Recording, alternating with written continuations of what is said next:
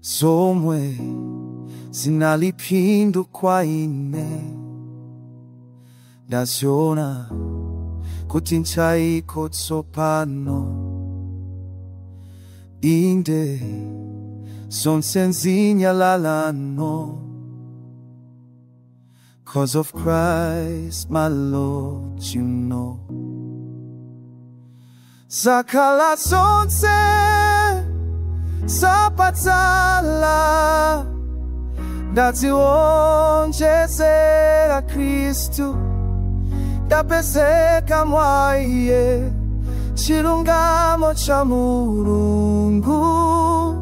Iyi ndi mphatso yakwa Mulungu.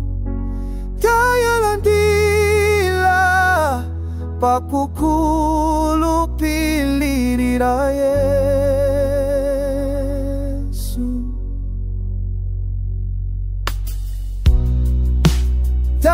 Tamsindikila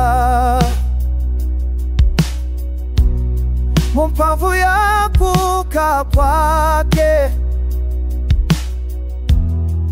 Tayanjana naye mzowa zake, kufanizitwa imfa yake, kuti ngafikire kuuka kwake.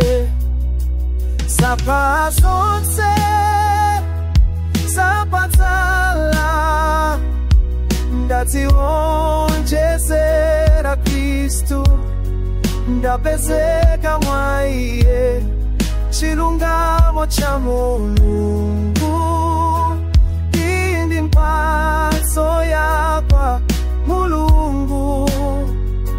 Tayilandira pakukhulupirira Yesu.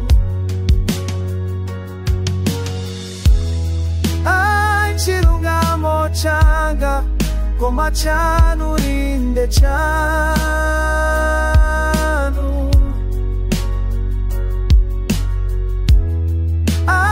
Chilungamo changa koma chanu inde chanu.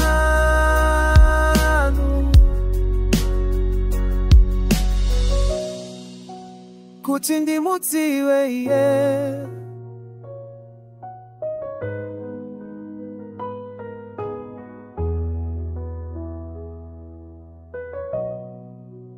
kuti ndimudziwe Iye.